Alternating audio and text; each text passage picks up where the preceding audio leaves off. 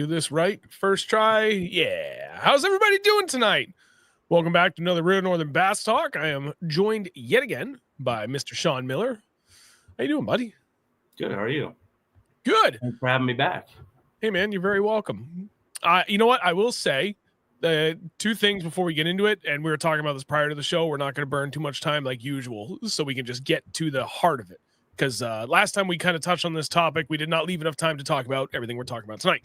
But we owe all the credit for this idea to Sean. I took the break. I needed to step away for just a minute and clear my head.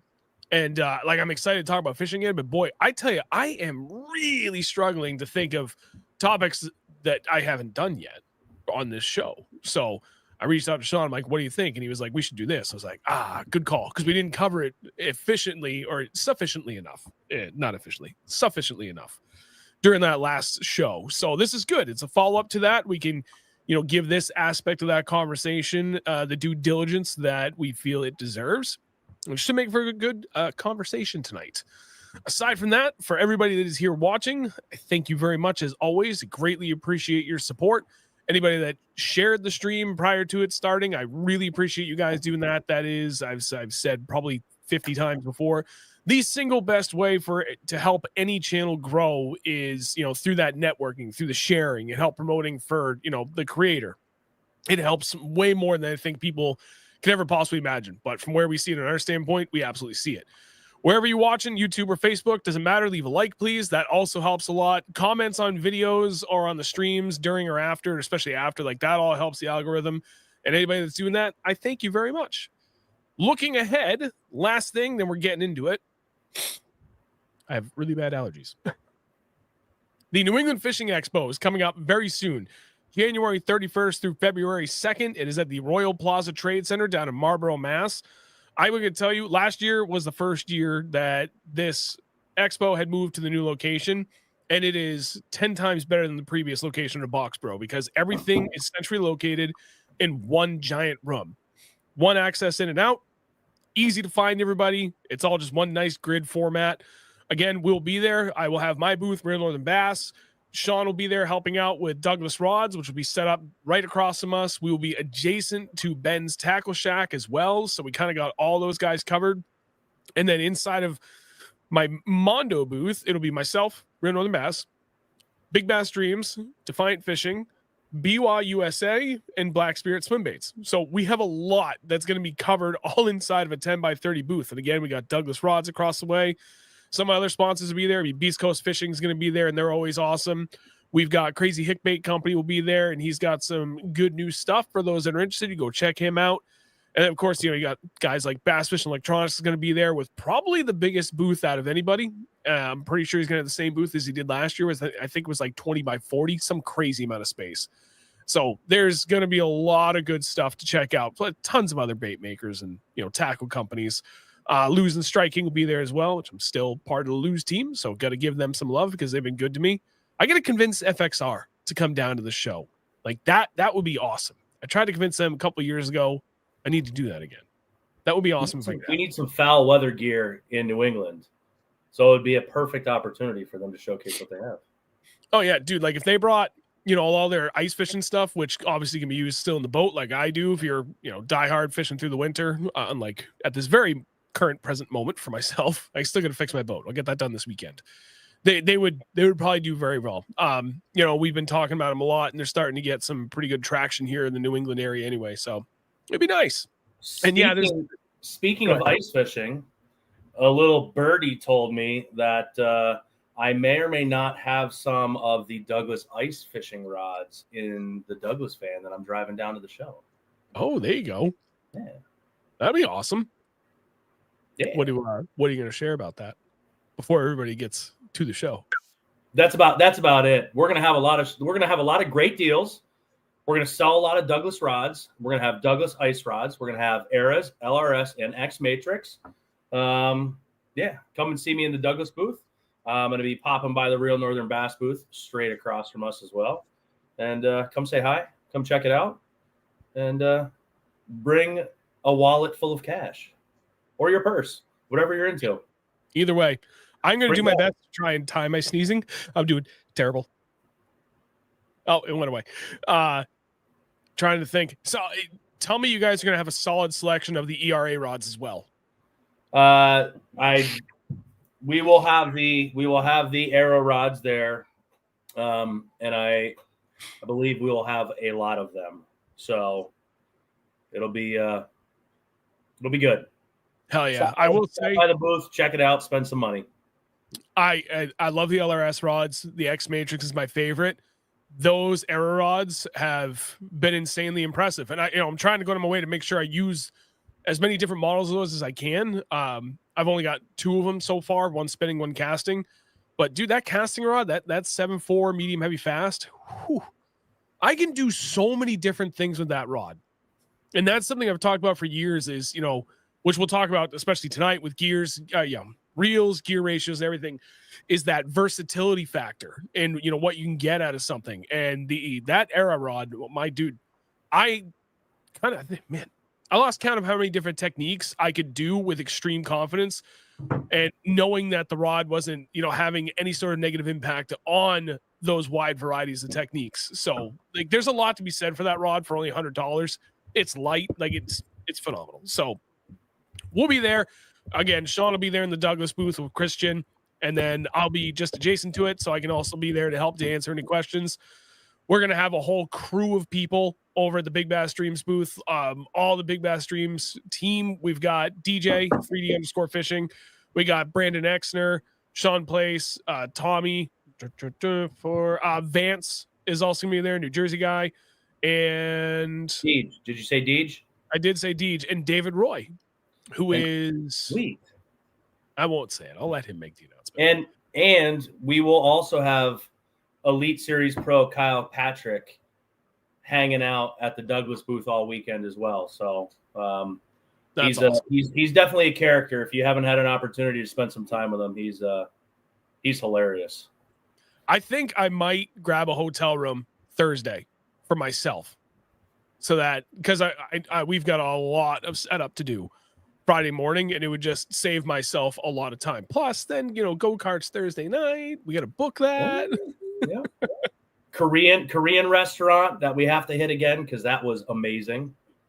David, we expect you to order for us, please.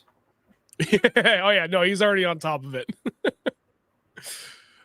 David, so we're going to Champlain in May. I crashed in your new garage. Yeah, no, well, I do know I'm going to the St. Lawrence River / Lake Ontario in May. I don't know. Initially, I was planning for a full week, but I might pull that back to only like 4 or 5 days total because I still kind of want to do a long weekend on Champlain in May too. So I'm not sure. Champlain, I can go up to whenever I want, day trips. So I don't know. We'll see.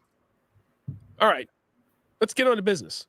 Let's talk about reels, gear ratio, line, knots, for everything. See, just like the title. Pretty close to perfect for what I was supposed to be. So again, Sean and I did this probably like 6 weeks ago, I think is when we did that stream. And we were talking about rods, reels, and the line setups. We did not really get to adequately cover everything to do with reels. So we're like, okay, let's cover that tonight. I say we. Sean came up with the idea. So that's what we want to get done. I'm trying to think, like, if what would make this go a lot better is you guys chat, engaging with us on this, and start asking any and all questions that you want. And that can kind of help get us going with a good pace here, or at least continue a good pace. Because this is something that, with a lot of questions, it'll probably take us an hour to get through everything. But if it's just the two of us rambling, this can be like 20 to 30 minutes. There is and isn't a lot that can be said. A lot of the nitty-gritty details when it comes to what choices you make on all of this equipment, and then, especially your knots, like a lot of that is going to be situationally specific. So start throwing us questions, scenarios, whatever you got, and we will get to it. But I got to say, for me to just get this started for reels, I love a bunch of different brands, but I have been a Lose guy through and through since they first picked me up, 5 years ago now? And, got back on the team after only about a half a year, little hiatus when they kind of dumped like a lot of people. I think it was like 50% of everybody, including pros, that they had on there, which made me really happy that, Al Cappy brought me back on the team, which is awesome. He's the whole Eastern Seaboard sales rep for Rather Outdoors, which owns, both Lose and Strike King. salesman of the year, by the way. Congratulations, Captain, if he's out there. Yep, congrats, bud. So, he just reached out. He's like, going back on? I'm like, hell yeah, that's a no-brainer. I have nothing bad to say about them at all. They are phenomenal. Everything I've asked for out of those reels, they've been just top-notch for me. I know that there are a couple of brands that are definitively better for them, but that does not mean that the Lewis ones are bad. They are actually freaking great. And I've got quite a few reels now that I've had since I first started with Lewis that are still going strong, including 2 Hyper Mags, quite a few spinning reels. I have one more BB1 Pro Speed, the BB1 reel.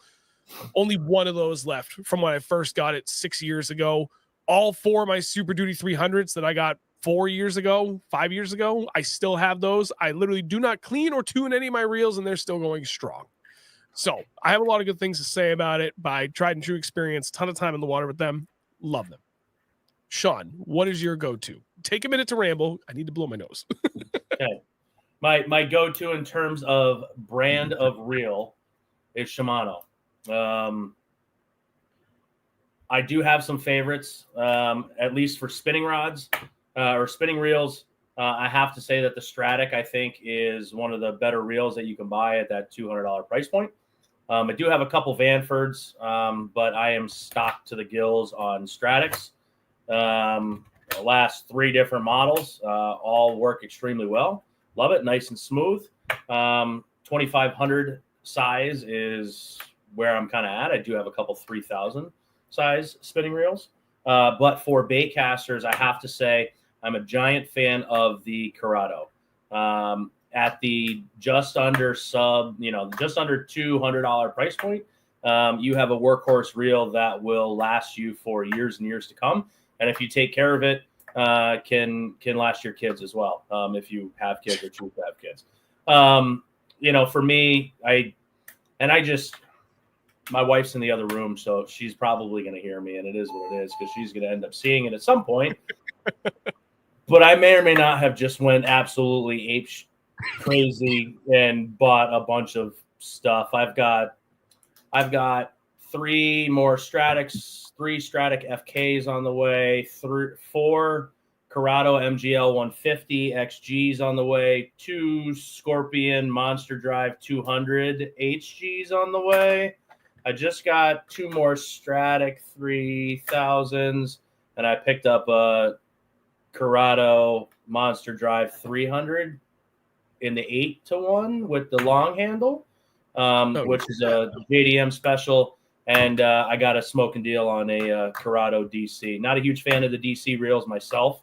I do think that they have their place, but for me, I'm kind of old school traditional. Like to kind of tune them down myself to get the spool tension and brakes where I want it. So, anyways, Shimano is the best.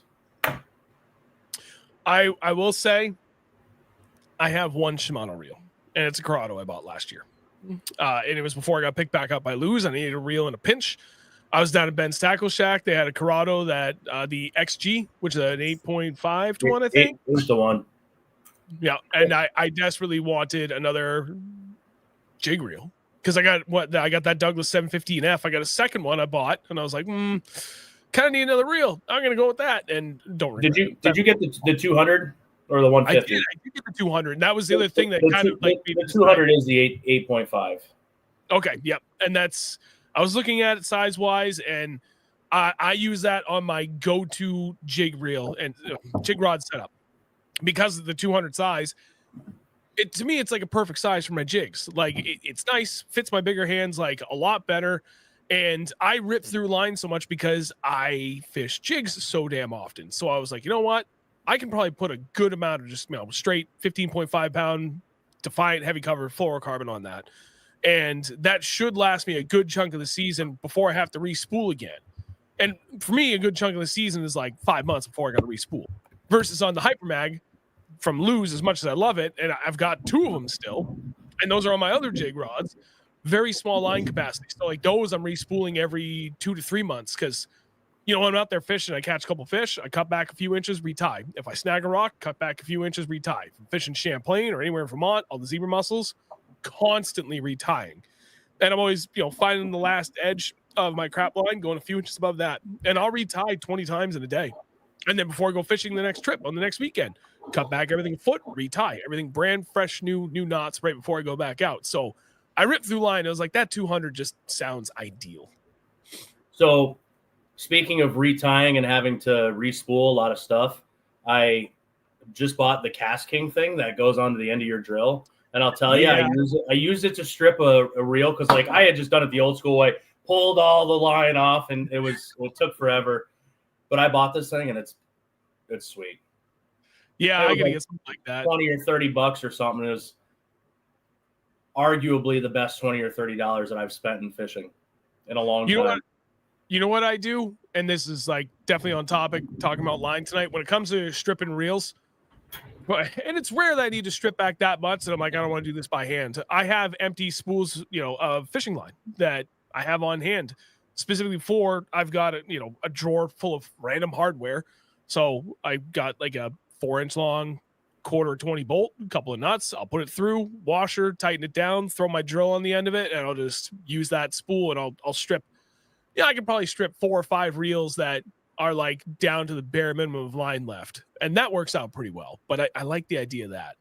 Dude, it's pretty sweet, man. Like I always think about it and then I throw my empty spools out and then I'm like, yeah, should have saved it. It works mint, especially in a pinch. Yeah. All right, let me check the comments really quick because I did see somebody ask a good question about reels. Where'd it go? Oh, wow. Jesus, you guys are on fire already. Daryl, jerkbait reel. Okay. So this is good. We can hit this from multiple angles. So my current reel that I use for that, let me make sure I get the right one. It's not the BB one. It is that one. I use the Lose Tournament Pro, 6.3 to 1. And there is a part of me that wishes I had gone to the 7.5 to 1 for it. Because for me, jerkbait, it's all about the rod action. I'm almost rarely using the reel. And, initially, I use it for 2 things. I use it for cranking and jerkbaits.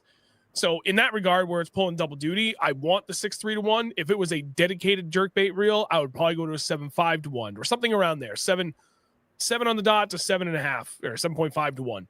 And to me, that would be ideal. Because again, I'm just using the rod to do all the action. Reel is just taking up slack. And then usually when they hit it, especially like early in the spring, they hit it and they tend to run at you. So I'd rather be able to pick up a lot of that slack, and especially quick, because you'd be surprised how quick they can bump it and spit it back out before you can load up on it. And then really too, because Megabass, like that's pretty much all I fish my jerkbaits right now is the Megabass Vision 110s. And I use the stock hooks. They're not the best, but I like them a lot. They work. They're very easy to set, and they're also very easy to get tossed. So for me to have that extra speed and that gear ratio, because jerkbait is like a nice kind of twist at the hips, swing the rod gently, and just load up on it.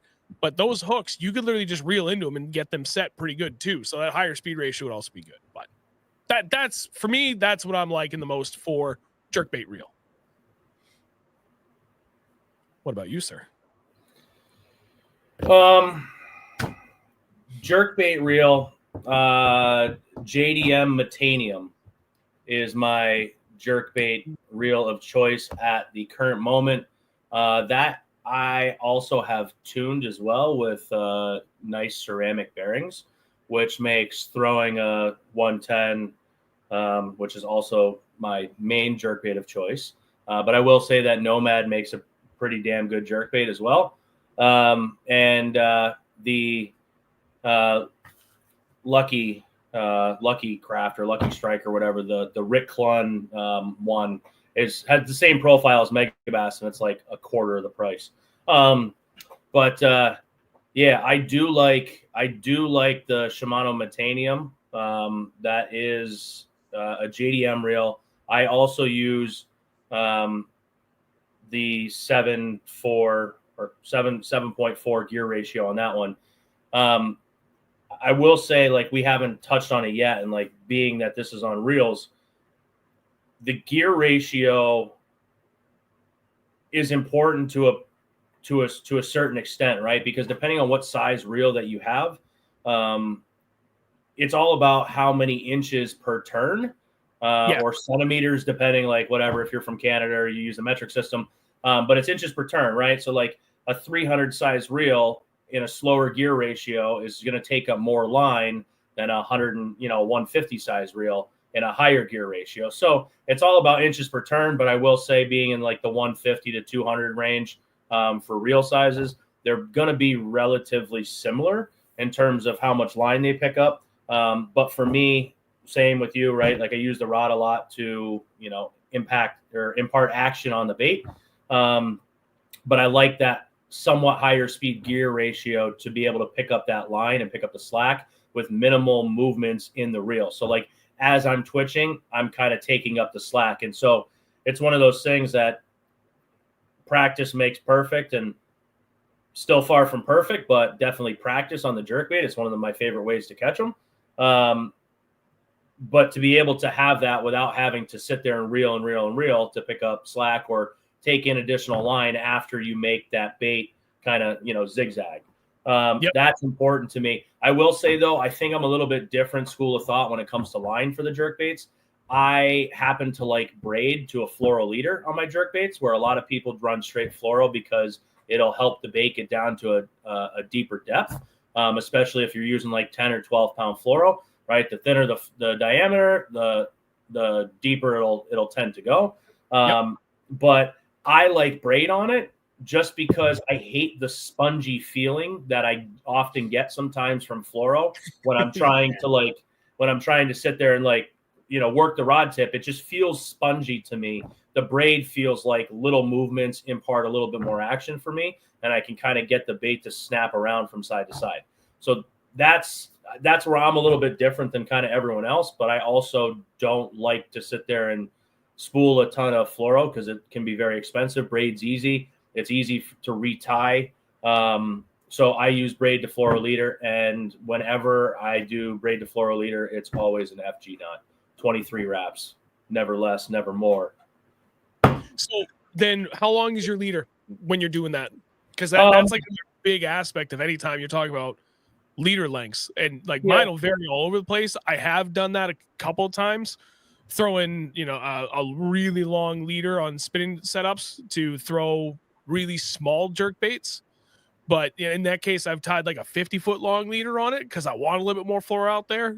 But so anyway, how long is your leader when you do that?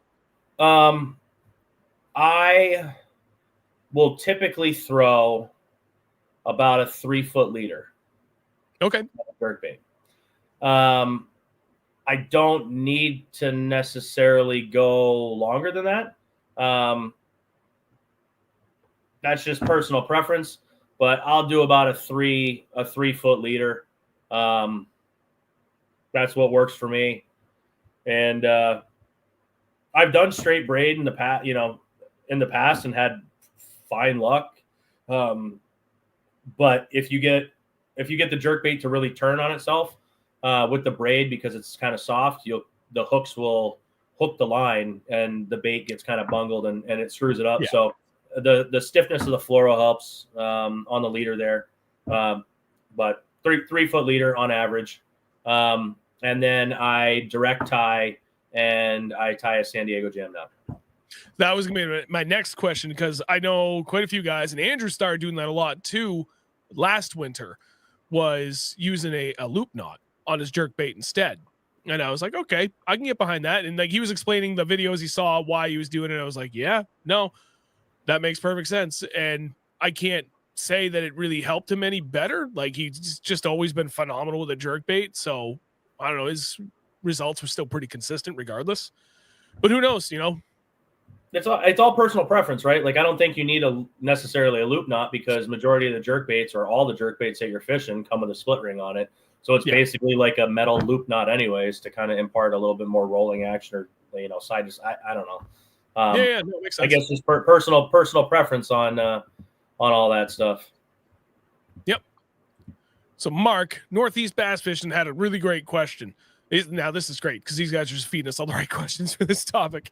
What's your guys' opinions on lower gear reels like 5.3-1 for deep cranking? Is there really an advantage to it? Thanks. I had one of the first high-end reels I ever bought was a Corrado. It was the green Corrado. I can't remember what model it was. I think it was the G. I don't remember. It was an old one. I remember the E. I think it was the E. It was an old one. I mean, this is going back to 2012, and I loved it. But I remember like trying to learn about different techniques and stuff. And cranking and jigs is what I really got started with, and then started adding spinnerbaits. And I was reading a ton of stuff. I talked about this in the past. The Bass Resource was like my Bible. I lived and died by that for years. And when I was really trying to learn a bunch of different things, and I read a bunch of different articles where guys are like, go with a slower gear ratio reel because you can use it for cranking, you can use it for dragging jigs, and know that you're like really keeping it on the bottom, which in hindsight makes zero sense. Really slow crawling, spinner baits, etc.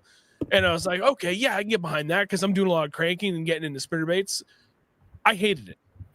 And I can absolutely see situations where having a really slow gear ratio like that is going to be extremely beneficial, because it's easy enough to say that, oh, just use a 6-3 to 1 and slow yourself down. But once you kind of get into a groove and you're just kind of fishing your way through the day, things are slower that time of the year in that cold water. It's not always easy to really maintain that super slow crawling speed. So if you just get that slower gear ratio, then you know that you are never going to have that problem. I struggled like hell dealing with it because there was only such a narrow window where that worked for me, and having that ability to be able to do a bunch of different things with only a few things, because I was on an extremely short budget at that time, like I couldn't do it. I couldn't justify it. If I had everything that I wanted and then I started getting into like, okay, now I'm going to start buying additional gear for very specific windows for times of the year, then yes, 100%, because it would be beneficial in that case. Because yes, I do think there is an advantage to it for cranking or slow rolling a spinnerbait or slow rolling a swim jig, like whatever, slow rolling a bladed jig. But man, like unless you're really diehard and do any one of those applications, and you're diehard about spending a lot of time in those windows for that time of the year to take advantage of that, I cannot do it. And I don't ever foresee myself going back to even trying one of those again because of that. It's just too narrow of a window where you can really get the most out of it.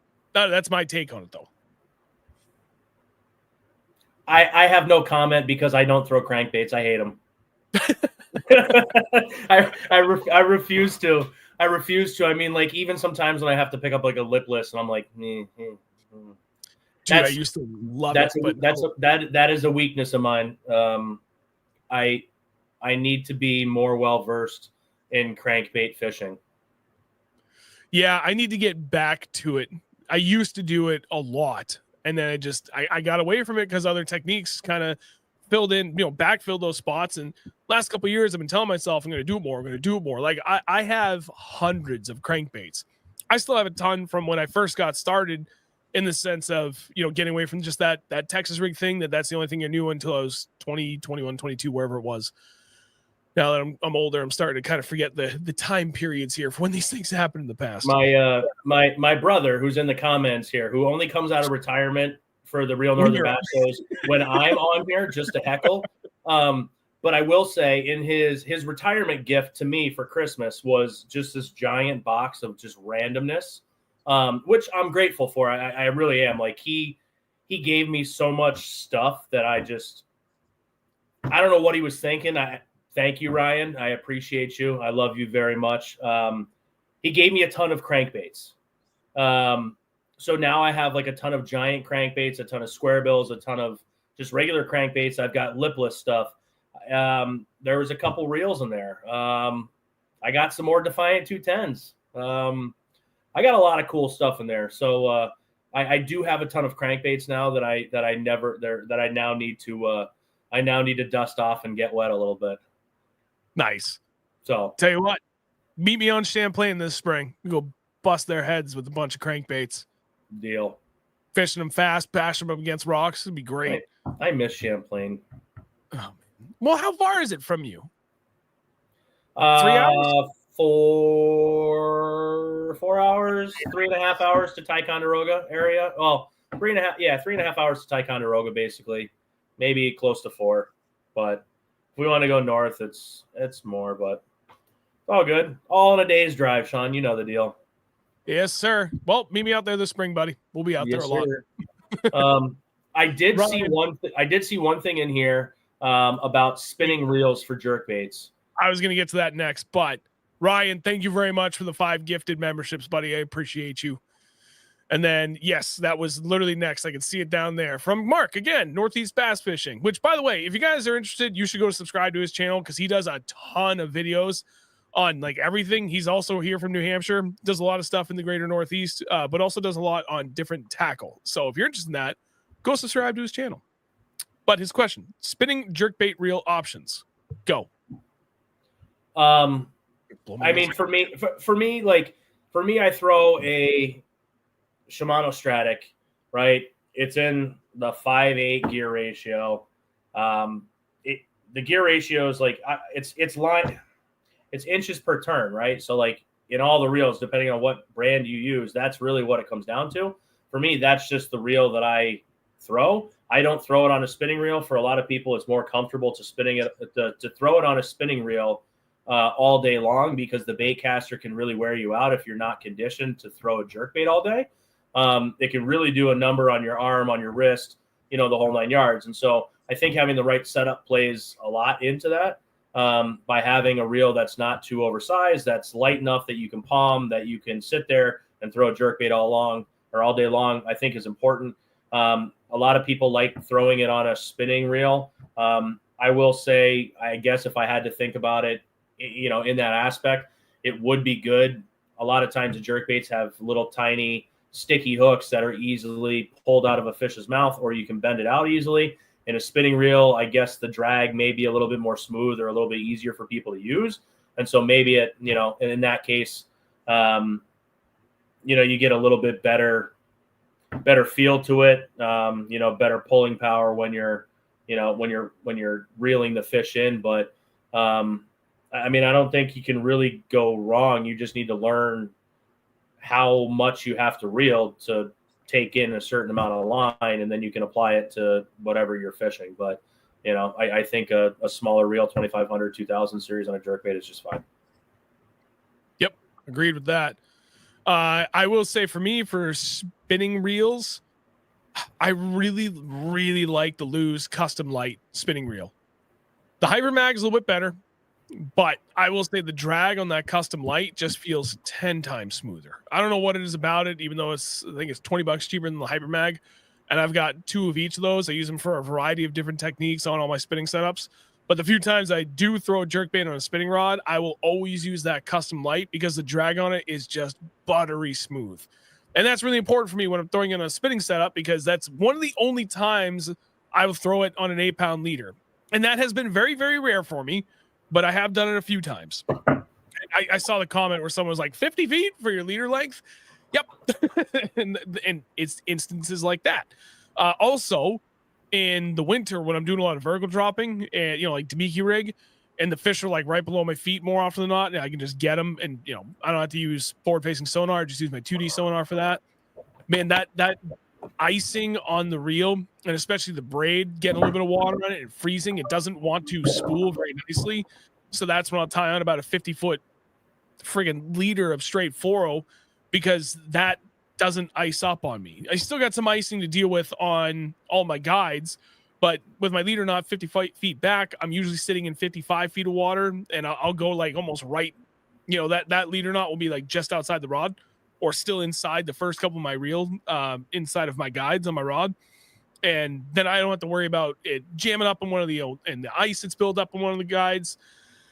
It just drops freely. I'm not sitting there trying to feed it out because all my freaking braid's frozen, which is always a pain in the ass. So yeah, I Lew's Custom Light, hands down, one of my favorite reels. You really can use anything. To me, in that case, you just want something that's got really good drag, nice and smooth, especially if you're lighter line.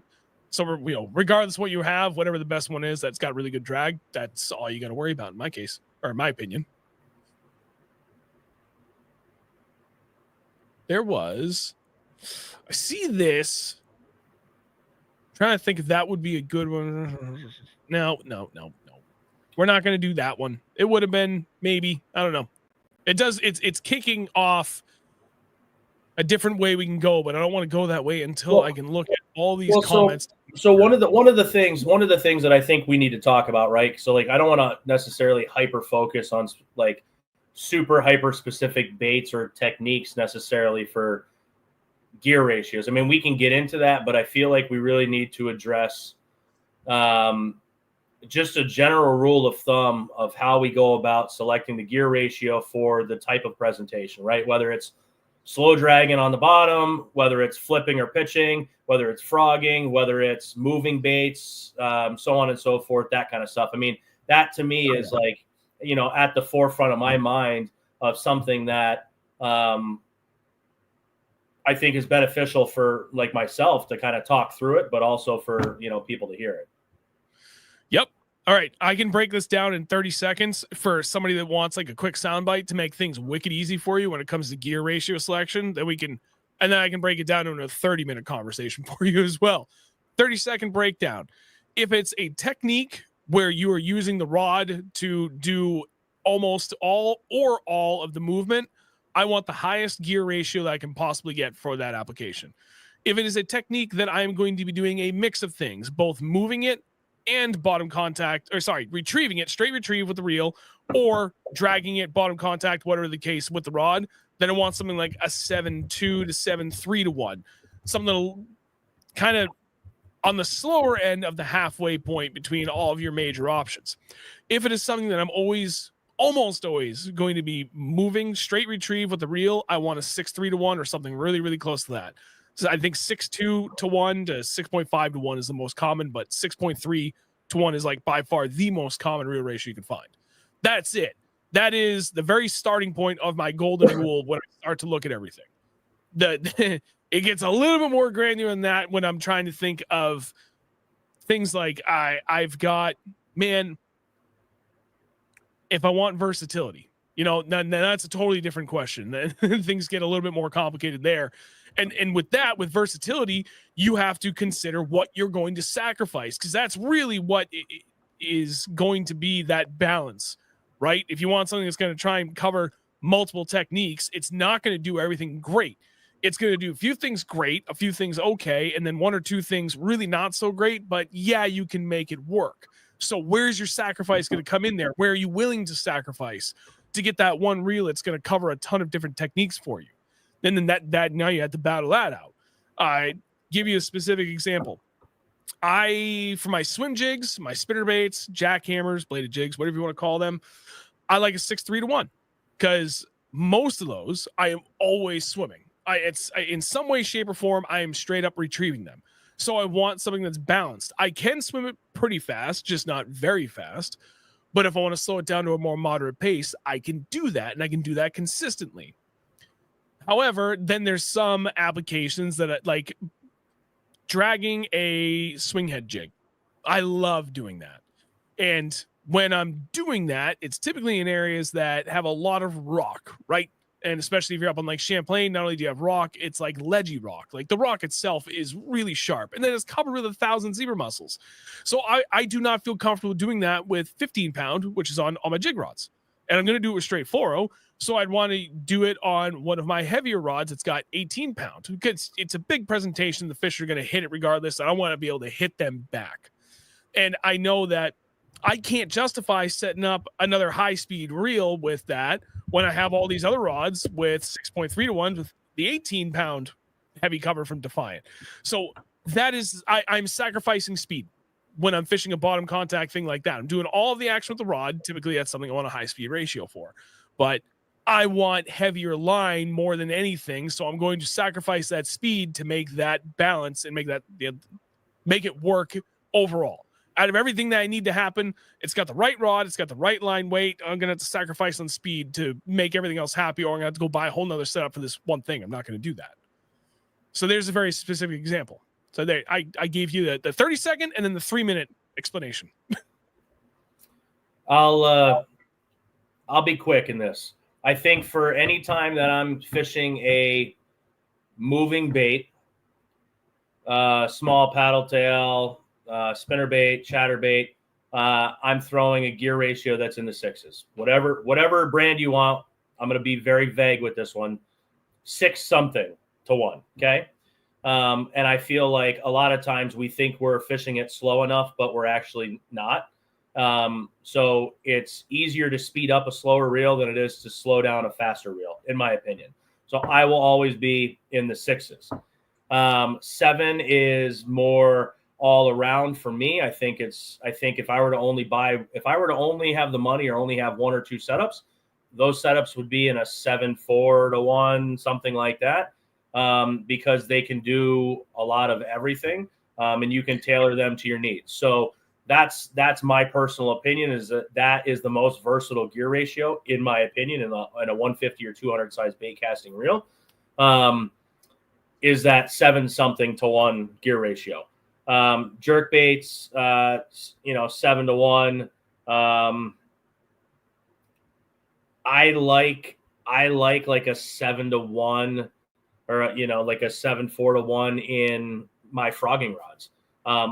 I don't necessarily need to just like burn that across the top of pads or, milfoil mats, whatever it may be, open water. I can still reel it fast enough, but I have enough torque to kind of get them up and out of cover. Yes. But that's what it is for me. I mean, like, and then, 8 1-to-1 is pretty much reserved for like, something that I need to be able to throw out there and then pick up a lot of slack and get the bait back in the water quickly. So that's going to be like flipping and pitching jigs, that kind of stuff. Like any punching, I would tend to go with an 8 gear ratio personally, because I feel like I can make a lot more casts or flips in that time with that gear ratio. I mean, they make 9s and 10s and stuff like that. I just think that's just a bit ridiculous. Like, you touch the handle and the bait's already back to the rod tip. Like, it's just crazy. A lot of guys use it. I think it comes down to personal preference, but all of my reels for bait casters will be in that 6, 7, or 8 gear ratio.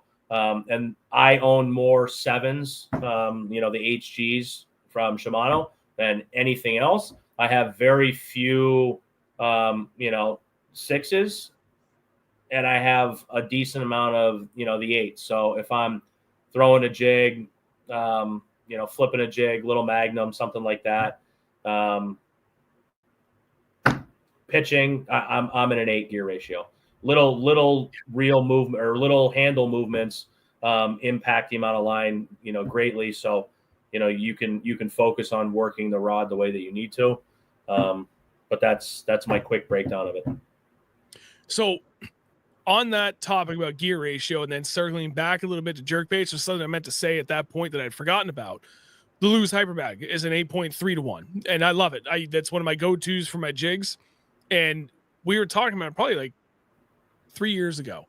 And Andrew said that that's what he uses for his jerkbaits. It's his favorite thing to use for it. And everybody was like, whoa, that's wild. But if you've seen the way he fishes, when we're out there cold weather and he's working a jerkbait, he'll palm it. Here we go. He'll palm it, and he reels right-handed. So the reel's over, the handle's over here on his fingers, and he'll just do that.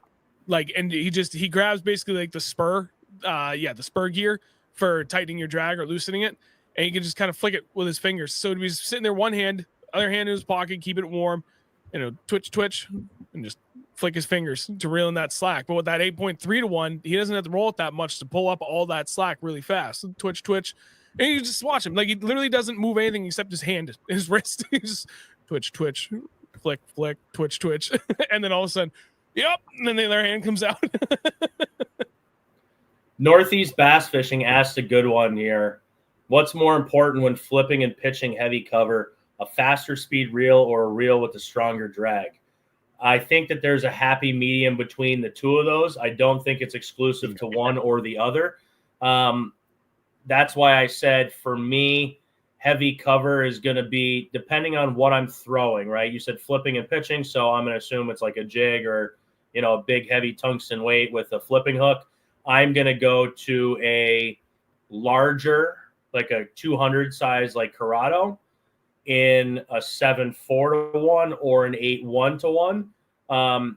It has enough drag to get them up and out of there, and I lock my drag down.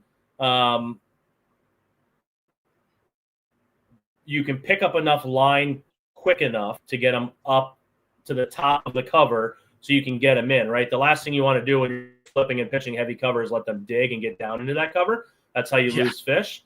You want to get them up and out of there and away from the obstruction that you're fishing. But I think it's a happy medium. I don't think that it's exclusive to faster speed or stronger drag. I think that both of those things are not necessarily mutually exclusive. I agree with that, and I will give credit to learning this from Ish Monroe. And he was talking about frog fishing. Is like, everybody wants that high speed reel because they think you got to like haul them out of there really fast. You touched upon this earlier, but no, because yes and no. Having that high speed ratio is good for pulling up a lot of slack fast, but you lose a little bit of torque in that.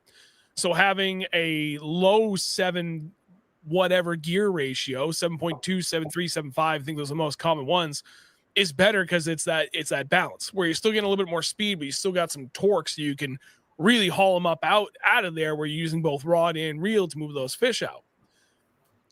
I rarely get to flip and pitch like what I would consider true heavy cover, like, proper grass mats up on Champlain. If these droughts could stop being a thing so we can get grass mats back up there again, please, because I haven't done it in 3 years and it's bothering me.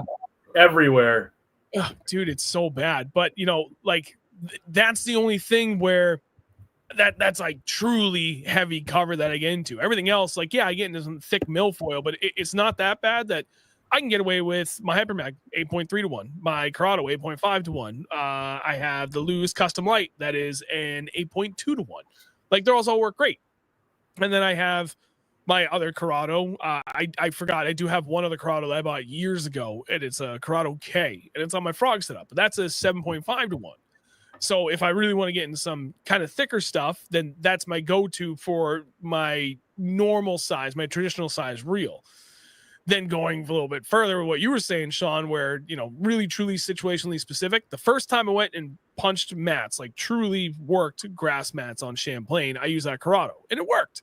There was nothing wrong with it. Second time I went back to do it, I was like, you know what? I've got my Lewis Super Duty 300 with a 7.5 to 1. An 80-pound braid. I'm going to do that with with my custom swim bait rod, my first swim bait rod I ever got. It's an 8-foot, heavy fast, it's rated 1/2 ounce, 3 ounces. So for me, it is like a dream flipping stick. And it was almost, it felt like it was unfair because I had the speed and I had the torque and I had the rod, like the whole, like everything combined. Dude, like we were just hammering them and I just rip them right up and out of everything. I'd torque them right up through the mats, get them on top, drag them out. And That's Andrew awesome. Didn't have a rod with him that had braid on it. So I gave him, he had a rod, he didn't have a reel. But I had my frog rod with me. I was like, dude, take my Corrado off and throw that on your swim bait reel. And I forget which one it was. I think it was the Lewis Super Duty. So 1 to 4 ounce. Not ideal for flipping and pitching, but still pretty good. So like, all right. So we threw that on there and he's still like that reel still did phenomenal with, and it only had 50-pound braid on it. But like that to me is the best of both worlds in that case where you're getting speed and torque, but the torque is more important than the speed. Yeah. I mean, flipping and pitching, right? Like, as far as line goes too, like I find that Defiant 70-pound braid works perfect for me. What's nice about the Defiant line is the line diameter is much smaller than other brands in equivalent pound test. Yes. So you can fit a substantial, like if you've ever tried to put a spool of, 65-pound, Power Pro or whatever you want to throw on like a 150 or 200 size reel, you get like 3 turns of the handle and the thing's full. I mean, you can throw your bait 20 feet and that's about it. So make the most of it and good luck. But like for me, I mean, you can spool an entire thing of, you can put a lot of that Defiant 70-pound braid, on a 150 or 200 size reel, still have plenty for, throwing top water. You can bomb frogs or, flip pitch, whatever you want. I find myself like, I find that's best for me, as far as the line goes. And I saw a comment here about what kind of knot do I use when I'm flipping and pitching? If I'm flipping and pitching a jig, On fluoro, it's a San Diego jam knot. If it's a heavy jig, it's a double San Diego jam knot. If it's braid, it's a polymer knot. If it's on a extra wide gap hook, and if it's on a flipping hook, it's a Snell knot.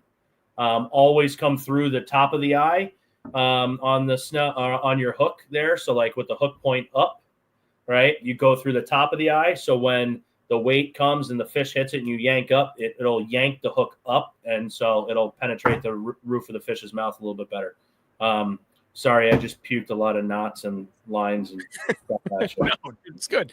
So if I have to think back to one of our earlier streams, and I think it was the first time we had Oliver on. And I remember somebody, no, it was earlier than that. It must have been within like the first 10 shows we did. And someone, we were talking about knots. And it wasn't the main topic, but it came up. And someone was like, hey, why don't you use a Snell knot? I'm like, what the hell is a Snell knot? And it goes to show I still have a lot to learn. And I'm always a student. I'm always trying to learn. But I'm also come from that school of don't fix it if it ain't broke. And I found a knot, Palomar, that works for literally everything. Is it the best in every situation? No. Does it work for literally everything? Yes. It's easy to tie too, right? Like that's the best part about the polymer knot. But I think a lot of people overuse it, and it's just like it becomes their one knot for everything. Guilty. And a lot of guys, yeah, I mean, I think I fell into that bucket too. Like I was just like, I can tie it. It's 70-mile-an-hour winds out here, and I can tie it. Like, you know, you don't have line flapping around. You're not going for your tag in, trying to chase it, put it through a hole, weave it 7 times. Like, it's easy. But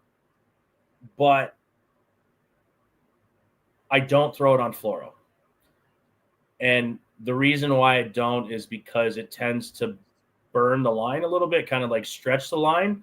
And in my opinion, can create a weak point in the line. So I reserve the polymer knot for braid only.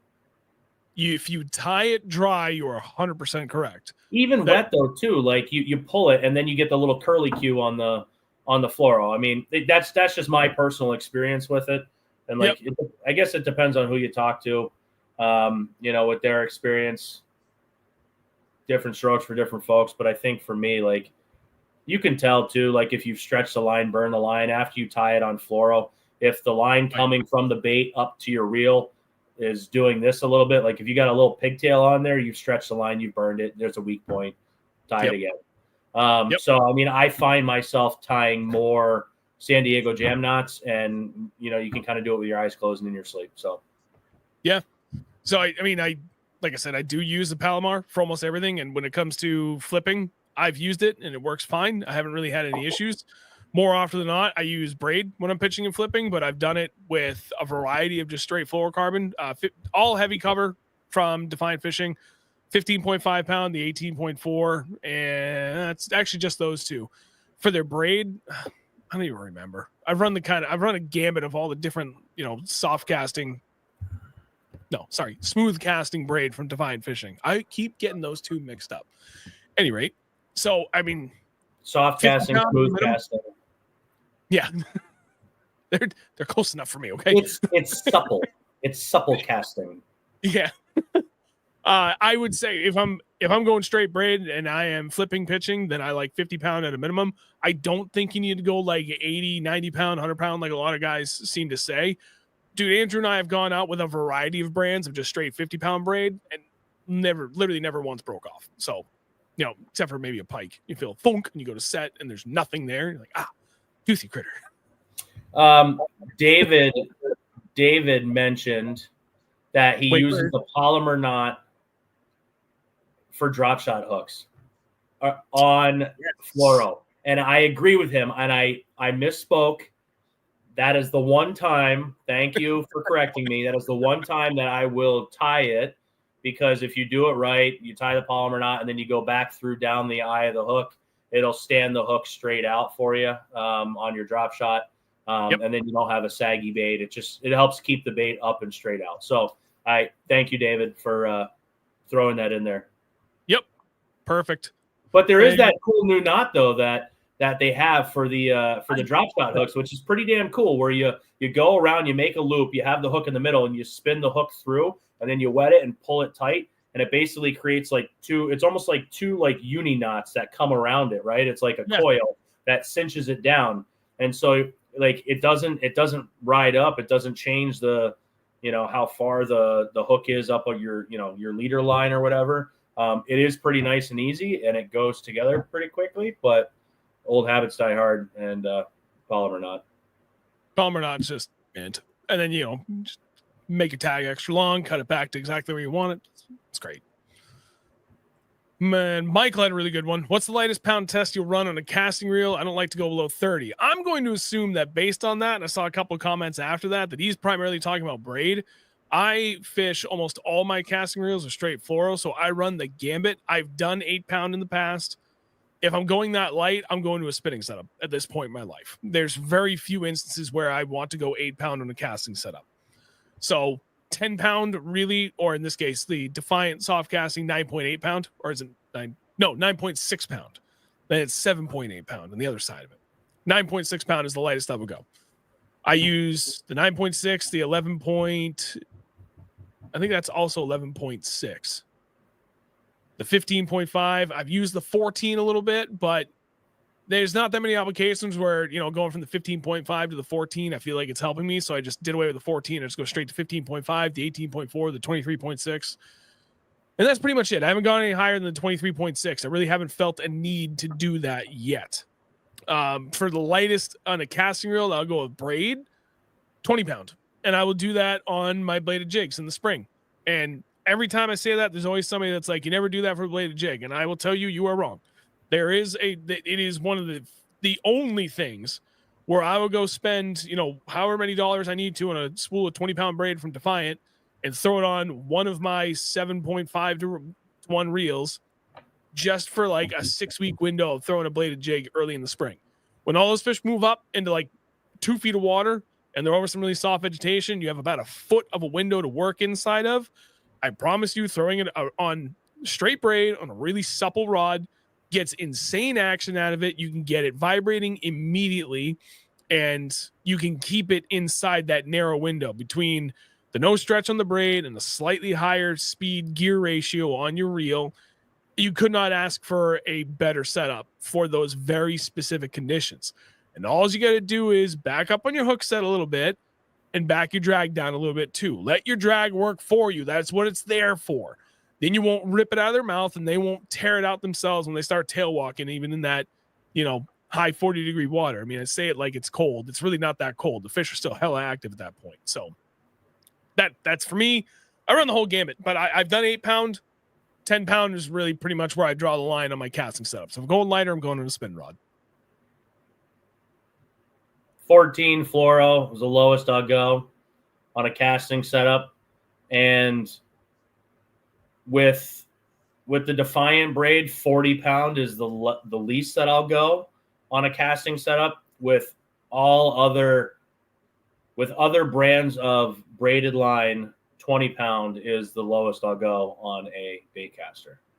But 40-pound, I run 22-pound Defiant on all my spinning reels because my old eyes can't see to tie a knot on 10-pound Defiant braid.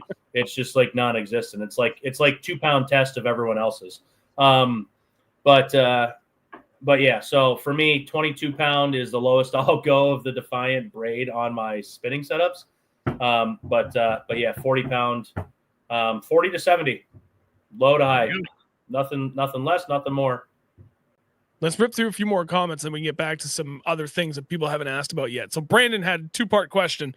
I'll pin the first one here first. What reel options for throwing a Roman-made mother? And then followed up with what kind of line as well for the Roman-made mother. What is that? Like an 8-ounce glide or a 10-ounce glide? I think it's a giant one. I mean, I know the Roman-maids. I'm huge. But I want to say it's like 8-ish ounces. For a reel, any 300 series size casting reel should be more than sufficient for that. For line, boy, I would not throw that on anything less than 28-pound. I would want to say that the 23.6-pound straight fluoro, it's 10.5 ounces. 10.5. Okay, then 23.6. The 23.6 soft casting fluoro from Defiant should do fine if you're careful what you're doing, but that would be like the very, very, very bare minimum that I'd throw that on. I would probably be I'm with more like Oliver. I'm with Oliver. I'm not even down there. I'm so high up in the comments. What do you say? I'd be scared. He says it's 10 to 12 ounce, probably 35 or 40, 41 pound soft casting Defiant. And I'm with him on that one, right? Like I'd rather bring a tank to a gunfight and know that I'm going to win it instead of, like, I just looked it up, right? The Roman Mother is a $500 glide bait. I am not throwing that. I'm not throwing that on 20 something pounds line. Sorry. Right. No, not doing it. In theory, someone that knows what they're doing, high degree of confidence, maybe you're throwing up shallow, super clear water, you wanted to go really light line just to like get the absolute possible most out of it, I would feel confident in that 23.6 pound. Realistically speaking, yeah, 35 pound plus. I mean, I think you probably do the 28.9, right? Like, and be okay with it and get away with it. But like, if you're lobbing it here, yeah. If you're lobbing it, you can get away with a little bit lighter line. If you're kind of making a hard cast and snapping the rod and like letting the rod tip kind of help you propel the bait through the air, overkill is your best friend. Yep, I completely agree with that. Ask Andrew how he feels about light line and heavy baits when he was 20 feet up in a tree retrieving his.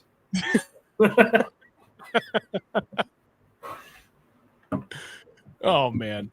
Wait, I just finally saw Oliver's comment. He hates the Palomar knot? Get out of here. Come on. He also likes perch fishing too, by the way, now. Oh, yeah, I know. But there's nothing wrong with that. It's delicious. Ocean perch charters with Captain Oliver. Don't mind me. I'm looking through the comments to see what else I missed. I'm like really far behind from where we left off. There's a lot going on there. Dude, there's a lot. This is great. Sean is lying. He loves BFS. I do like BFS, but I don't own a BFS setup, so I can't specifically talk about that because I don't know. I've used Dennis's and I caught a fish on it. I think it was 6 pound on it. It was fun. I should get a BFS setup. I was talking about it last year and didn't do it. Baby fishing stuff. Yeah. Small thing.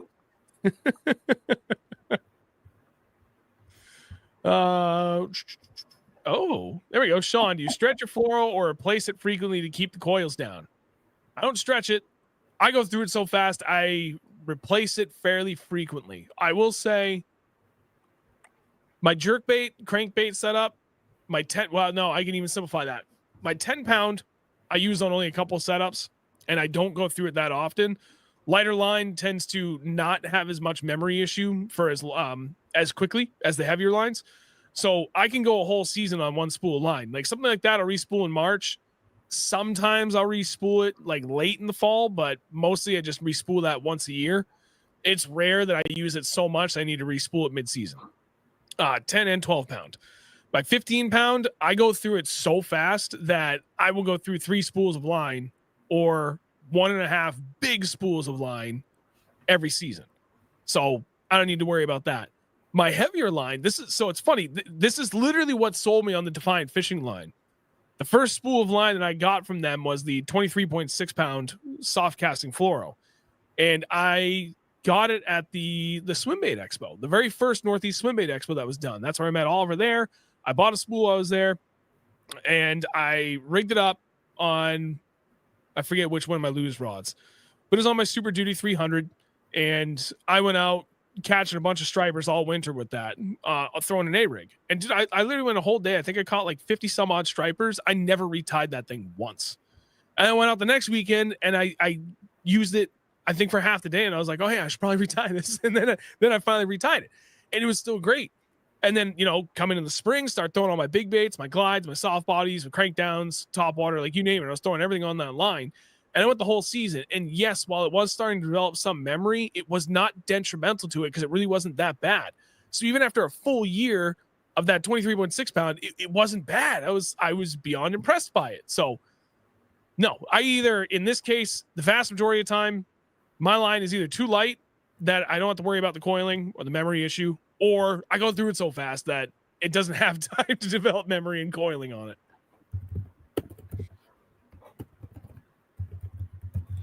Ooh, Carl, this is a good one. Okay, so this is another good one. We gotta get into knots a little bit more because we didn't quite dive deep into that. We have and we haven't. But Carl, hey Sean, happy birthday, buddy. Thank you very much, sir. Curious Thank you, what Carl. curious what ratio you throw on that early spring bladed jig setup with that braid. I will have two setups, 6.3 to 1, depending, and then 7.5 to 1. Then I'll bounce back and forth on the two, depending on the depths and working. You know, again, if I'm working that really, really narrow window when they're up shallow, more often than not, I like throwing the 7.5 to 1 because I need to get it started fast. And then it's easy for me to slow it down to keep it inside that window. But then when I hit a little patch of grass, I can usually just kind of reel my way out of it with a quick, 1-2 turn on the handle. And that's the equivalent of like a quick snap of the rod for me for how much it shoots forward and dances out. So I like that more often than not, but 6.3 to 1 as well. If I had to pick one, I'm going to go with 7.5 to 1. 7.2 to 1 to a 7.5 to 1. Yep. Huzzah. Next. Yeah. All right, we're caught up. So, knots is something we kind of touched upon here and there throughout this, covering a lot of things. And you mentioned that, me, I am the problem. Hi, I'm guilty. Where I like one knot. I like the Palomar. And it's not the only knot that I use, but man, it is just universal. It works for everything. And one of the hardest lessons I learned 2011 in a tournament when I thought, I'm like, yeah, man, I've been fishing my whole life. I know what I'm doing. And I get into a club and I'm like, I don't know a goddamn thing. And we went out and that's when I first started using braid. And my buddy's like, dude, if you're going to throw a Carolina rig, you should go braid your main line. You're going to love it so much more. I'm like, okay. To this day, I still do not know the name of the knot that my dad taught me that I used my whole life. But in that tournament, the first time I used braid, I learned that whatever that knot is does not work on braid. It was slipping out. Every hook set. It would either slip out or I would snap it. And I didn't know what the hell was going on. And I went to my, Bass Boat Central forums and I'm like, guys, I ran into this issue. What the hell was I doing wrong? Like, well, what knot are you using? And I'm like, I don't know the name of it, but explain the best I could. They're like, it's probably that. Try Palomar. Go out and do the same exact thing you did this weekend, but just tie a Palomar. It's like, okay, did it. Never broke off again. It's like, okay. So I learned that not all knots are created equal for all line types. Some work better for others. Just keep that in mind. Palomar to me is kind of the jack of all trades. It works for everything, but there are other knots I really like. If I'm not going to tie a Palomar, then I do an improved clinch knot. That's actually one of my favorites to do for all my big baits. Is a Palomar nice and easy? Yes. To tie it around a 10-inch glide sucks. Dude, a lot of wasted line. You waste so much line versus an improved clinch. Like it's so easy and it's sturdy. And I've even, that's go around once, twist it, feed your tag in through the last little loop above the eyelet, and then back through your twists and the loop you've created. You feed it back through that, cinch it down, done. I have gone around the eyelet of the hook twice before starting all that on some of my heavy line, just out of curiosity. And because, looking at the whole thing, you got this nice, neat knot and it's, got almost like a hangman noose going the whole way up, but you got this one line going around the hook itself. And I was like, what if I double that up? I mean, in theory, it should be twice as strong. And in a way, it is and it isn't, because you're not really gaining from that second loop around it unless you pull it really snug, hold it snug, all while twisting and going through everything, which is really impossible to do. But that's another one of my favorite scoots. Talking like just direct line ties time being. Now, you had mentioned a couple other things, but let's talk about now. The two of us have thoroughly covered our favorite like direct line ties, leader knots. You said you only tie an FG knot. I have tried. There was about a 3-week window where I did really well with it, and then I broke off or lost every fish for the first like 5 or 6 fish I caught one day. And I'm like, I'm done with this. I'm doing something wrong. And I went back to it. So I exclusively tie an Alberto knot. It used to be a uni to uni knot guy. That's great. It's easy. It works really, really well. If you're someone that wants to get into learning how to tie leader knots, if you've never done before, a uni to uni knot is great. The thing that I hate about that on a casting reel, that thing sucks when it slides by your thumb. Dude, it will rip you to shreds. It hurts, especially in cold water. And then especially in cold water, it's a bulkier knot. So as soon as you get a little bit of ice building up on your guides, it sucks. It'll stop dead and you'll break off that leader half the time too. That is the reason why I got away from it. In every other instance, I was like, this is great. It works. I have no problems with this. Then I started fishing into the winter and I had ice on my guides and I'm like, I can't get this goddamn knot to go through. Especially when I was trying to do vertical dropping for Demikis or dropping a blade. It just stopped dead. And I I'd be fighting that all day. So that's what made me switch to the Alberto. And the Alberto to me is just like stupid easy. And it works phenomenal, with the exception of your line diameters have to be kind of close. If you try to go to a really thin braid, so like I ran into this problem with Defiant because their braid is so thin, which is excellent in a lot of cases. But I was trying to tie the 20-pound braid to a 15-pound fluoro, and it would not work for me. No matter how I tie my Alberto, I was with my buddy Dennis. I had him try and tie it. No matter what we did, we could not make that work because the line diameters are just way too off. So that's the only downside to that Alberto. If I went to any other leader knot, it would have been fine. I said my piece on leader knots. Your turn. So we have a surprise for you too. For me? For everyone. Oh, okay. So if you, everyone, head over to defiantfishing.com right now and you use code 603BASS, it is good for 10% off your first order. Where the hell did you see that? I had some tricks up my sleeve, Sean. 603BASS at defiantfishing.com. It's good for 10% off your first order. Now that we're talking about Defiant Fishing Line. So no more excuses. Head over there and grab some Defiant Fishing Line for yourself. Now, back to the main program here. Knots. As all knots, and I want to say this because I saw Kevin Joyle made a comment. Anyone can tie a knot at your kitchen table. You must be able to tie a knot in a 2-foot chop with an 8-mile-an-hour wind or more. Damn right. Now, with that being said, you need to have confidence in whatever knot you're tying. And I think that confidence will trump majority of anything out there when it comes to tying a knot. If you're not confident tying a knot, you can tie the best knot in the world. If you're not confident tying it, that knot sucks. It's going to fail. It's not going to work for you. So practice, be confident in your knots.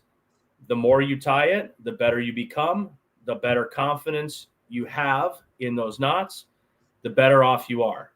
I'll get down off my soapbox about that.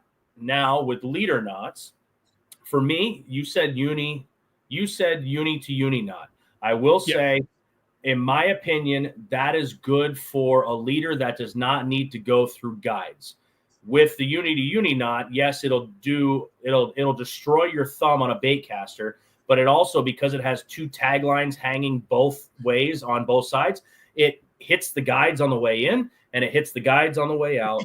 In my opinion, it weakens the knot, right? And I have had that fail more often than not if I'm trying to tie a longer leader that has to go through the guides. If I'm tying just a short, like 1 or 2 foot, and I can sit there and keep the uni to uni outside of the guides, great knot. You're not going to have any issues. You can tie it with your eyes closed. It's very, very easy if you're first starting out. I think that it's a great knot. The Alberto knot, I've never had confidence in it. I've tied it. I still tie it every once in a while, but I don't have the confidence that I need to consistently tie it all the time and know that when I set the hook and try to yank the fish 20 feet up in the air, setting that hook, that knot is going to hold.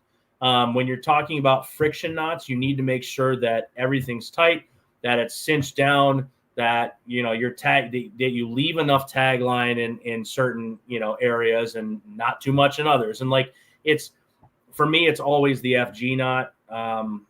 It's a pain in the butt to learn. But I think once you master it, for me, it's the best knot out there. They've done strength tests on it, and people say this knot's better, that knot's better, whatever. I don't care. I have a lot of confidence in it, right? And I think confidence makes all the difference, right? I said that off at the beginning. Absolutely.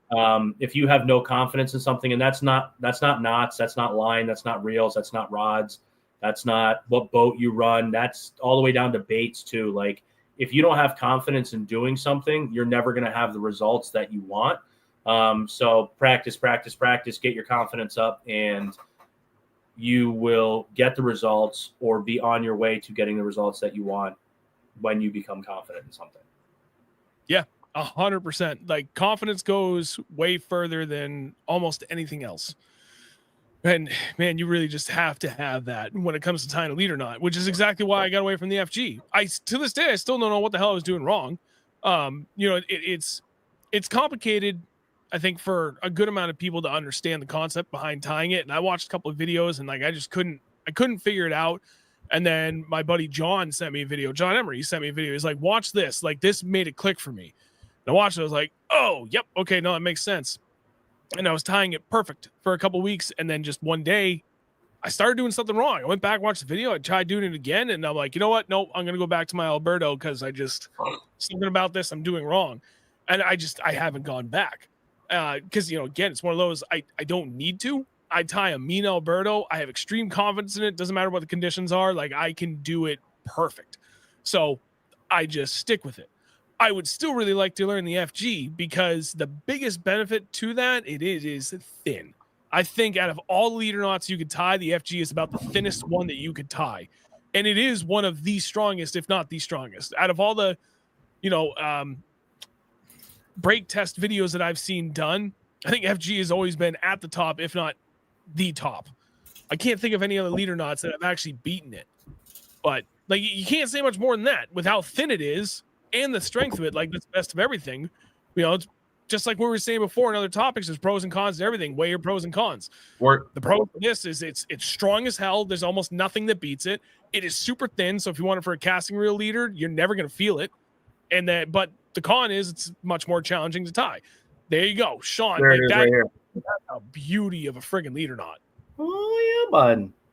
That's what my Alberto knots look like. They're just half that length. Right. So like, so for me too, right? Like I put a little dab of super glue on my FG knots because the braid, when you cut it, it tends to puff out like this one, right? Super glue is just kind of worn off it. But I like to make sure that first coil that's all the way down your leader line stays where it's at, right? So like if the first coil slips, everything slips. It's a friction knot. So like you need to tie it.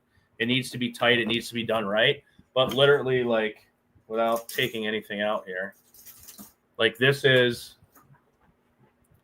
the knot for me. And it's super, super tiny. And it'll go through whatever guide. So let me see if I got a rod right here with one of my Albertos. Learn to tie it and tie it well, and you'll be good.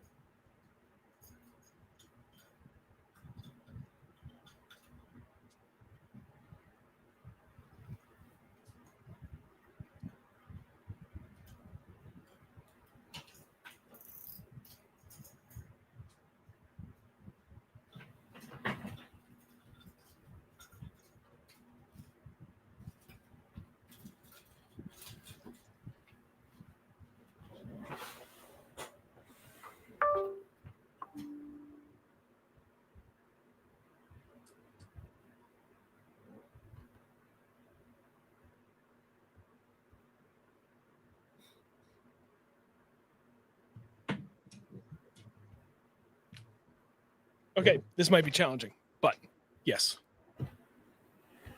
My Douglas rod. Oh God, where's my jig? Oh no, I ran it over my chair. Well, this is bad. Oh boy, I haven't used my rods in a month. This line's going to be abysmal. There we go. I don't know how well I can show this, but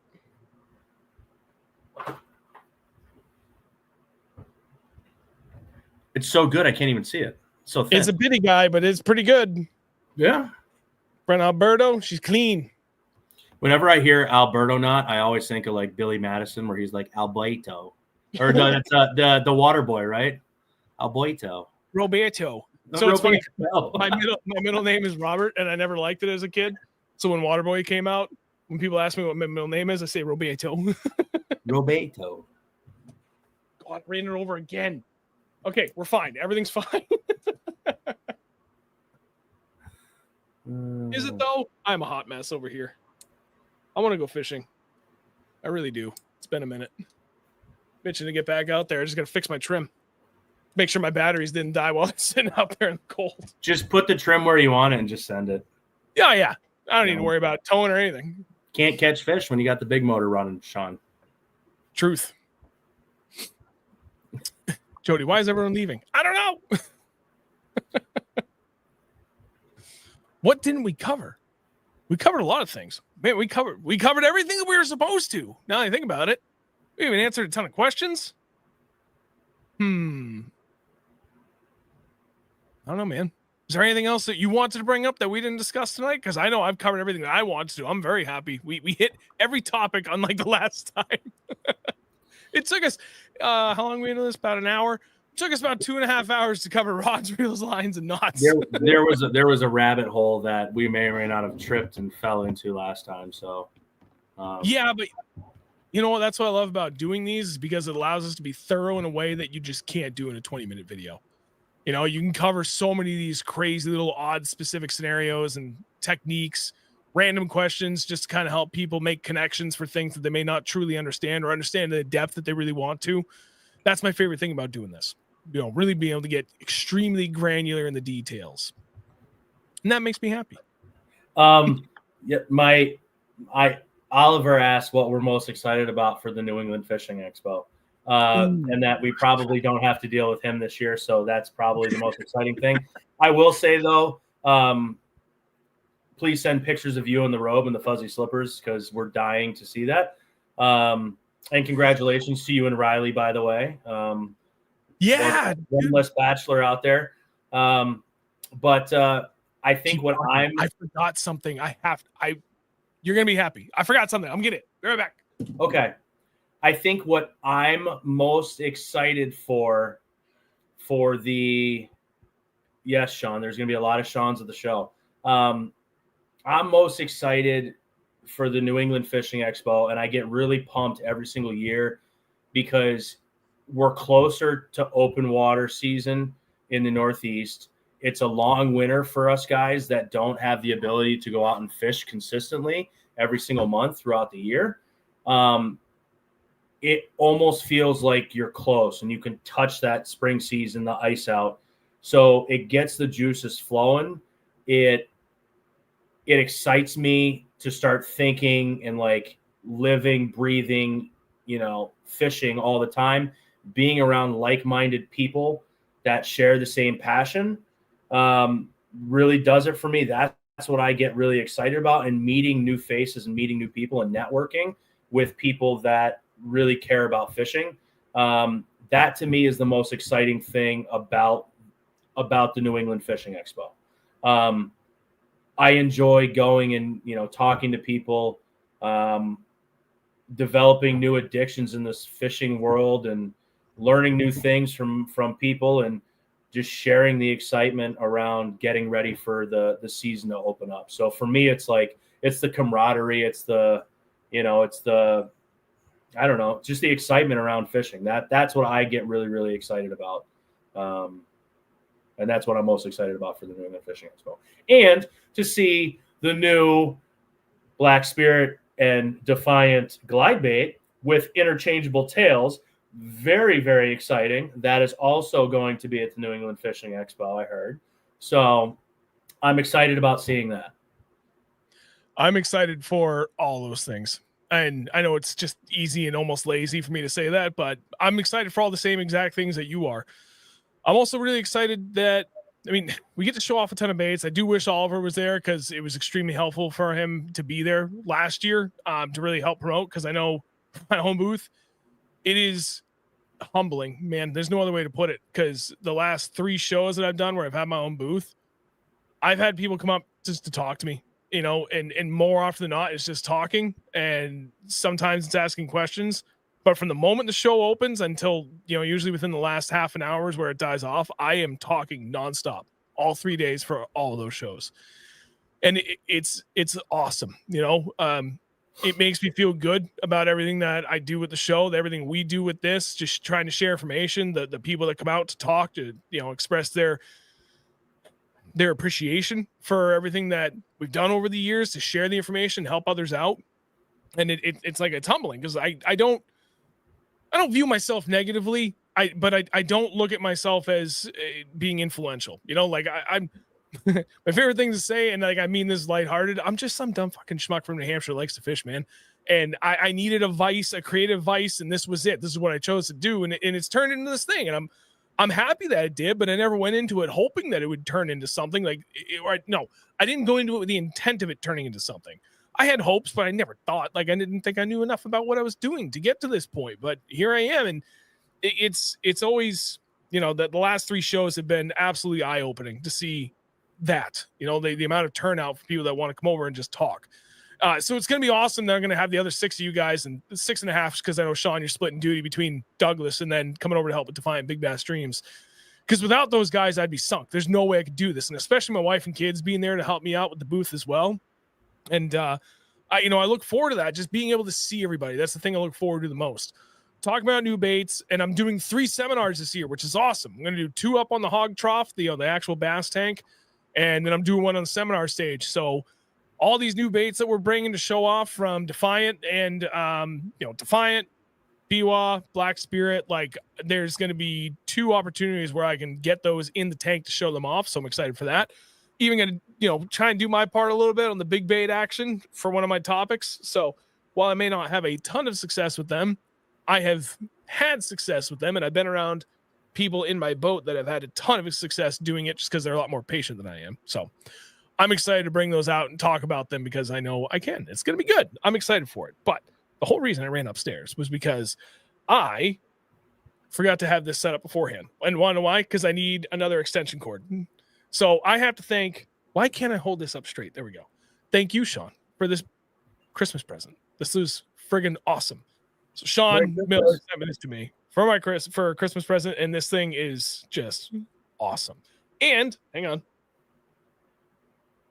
Is it this one? It changes color. It changes colors, and it reacts to your voice when it changes.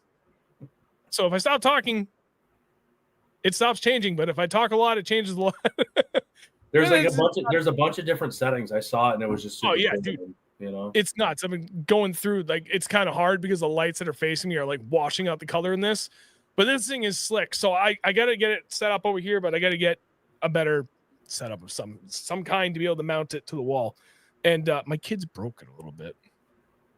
okay. Right on top here. They knocked it in a little bit because where my wife put it, they kept like, they couldn't figure out how to put their hands around it. They were putting their hands through it to get crap around it. I'm like, could you guys just like figure that out? Listen, I know where I found it, so it's all good. It's really, the worst, you know. It's literally just right here where the white is kind of peeled off the black back here. Can't notice it. It's still whole. It's fine. She's good. I'm like, we have this set up upstairs. My wife is actually pissed. I'm gonna bring it down here to have it on for the show. She's like, but that's like, ours now. I'm like, no, it was mine. It's my present. Well, we have to. So I need to. Sean, is Chrissy going to be at the New England Expo? Yeah, she'll be there the whole weekend. All right. So I have an ask of everyone that's coming to the New England Expo, and we started it, I think, last year. But I'd like to kind of continue the tradition, right? Chrissy's a rock star, and I think it would make me very, very happy if everyone were to say, Chrissy, you're a rock star. When you come to the 603 Bass, Real Northern Bass, Big Bass Streams, Douglas booth, just make sure Chrissy hears it, that she's a rock star, because we're going to keep a loose count, and it's probably going to be a really terrible count. But, I mean, I think we need to set like a benchmark. If she gets like 500, you're a rock star, then maybe she gets her own Real Northern Bass sign or something. Or rock star sign. Real Northern rock star sign. Real Northern Rockstar. Yep. She's not Real Northern Bass. She's just Real Northern Rockstar. She's a rock star.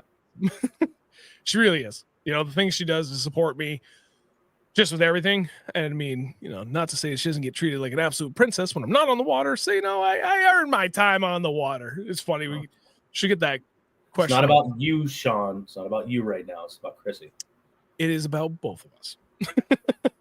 So people ask me every once in a while, like, dude, your wife lets you go fishing every Sunday? I'm like, yeah, because I cook her a fucking bomb-ass dinner every goddamn night. Of course I get to go fishing on Sundays, because I still cook a really good dinner when I get home on Sundays regardless. and it's not just Chrissy, right? It's everyone who has significant others that allow them to chase their passions and follow their dreams. So, yeah, thank you to all of you out there. You are all rock stars, especially right. Chrissy Snowbird. Oh, she's gonna love that. All right, well, let's wrap this up. This was good and ended up being a little bit longer than I thought it was going to be, but that is never a bad thing. And I say that probably 90% of the time. I said it before the show. I was like, God, this could be 30 minutes, could be up to an hour. We'll see. Here we are an hour and a half later. But this is, you know what? The conversation flows naturally. It's always good. I like being able to interact with you guys and be able to answer a ton of questions. Well, hopefully both of us were able to answer everything that you guys had for questions for us. Not sure how we're going to do the next show next week. I do know what we're going to do. We're going to cover our best baits from 2024. I would like to have a panel of people on for this, and I have an idea for who I want. I'm trying to find a representative demographic of people from not just New England, but also outside New England, so that we can get everybody in here. And I forget how many people I can have at one time in this, but I'm kind of hoping for, myself, Sean, if you want to do it again next week, DJ, and then I think I want to ask Ben Nowak if he wants to come back on too, and we can talk about that. Then the following week we're going to talk about baits we're most excited for 2025. It's just some of these topics that Dennis had come up with that I was holding off on, but I know like definitively he's not coming back until probably April at this point. So we'll see. But I got a bunch of stuff from BWA that I'm excited to show off. Hopefully get some Black Spirit stuff in hand before then too, so we can show that off. And all of it's going to be available at the New England Fishing Expo anyway at the end of the month. So hopefully we can hype you guys up for all that and show off some goods. Otherwise, I do know all my apparel is inbound, so I'll be locked and loaded for the show for myself. If you can't make it to the show, I don't know what to tell you about apparel. I will try and ship things after. I went a little bit light. It's going to be first come, first serve. I'm not saving anything on the side for anybody. So depending on how it goes, I can order more stuff after the show anyway. And then there's the New Hampshire Outdoor Expo in Milford, New Hampshire, the first full weekend of March. So there's always that. I'm going to have a bunch of stuff. I'm going to have sun shirts at that show. So finally do something people have been asking for years.